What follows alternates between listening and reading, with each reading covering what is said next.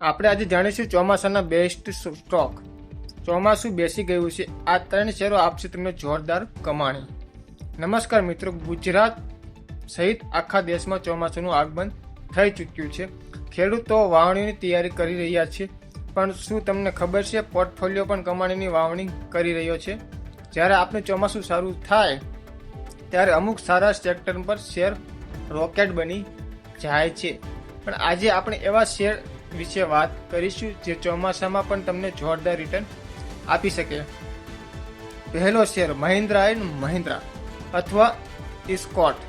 જો વરસાદ સારો થશે તો ગામડાઓમાં કમાણી વધશે અને ટ્રેક્ટર તેમજ કોમર્શિયલ વાહનોનું વેચાણ વધશે. 1 જુલાઈથી કંપનીઓના સેલ્સ આંકડા પણ આવવાના છે, એટલે કે આ શેર પર નજર રાખજો. બરાબર, મહિન્દ્રા એન્ડ મહિન્દ્રા ઉપર એક શેર આ સ્ટોકના આંકડા આવવાના છે, તો નજર રાખજો. બીજો ફર્ટિલાઇઝર સેક્ટરનો છે જે યુપીએલ. ખેતીની શરૂઆત થતાં જ ખાતર અને જંતુનાશક દવાની માંગ આખા દેશમાં બહુ વધી જાય છે, જે આપણી કંપનીઓમાં પ્રોફિટમાં મોટો ઉછાળો લાવી શકે છે.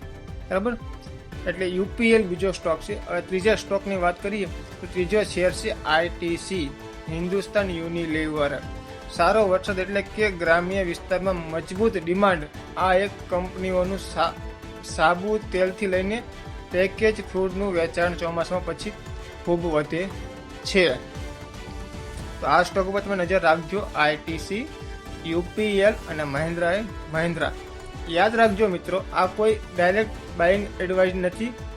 બરાબર, રોકાણ કરતાં પહેલાં તમારા ફાઇનાન્શિયલ એડવાઇઝરની સલાહ જરૂર લેજો.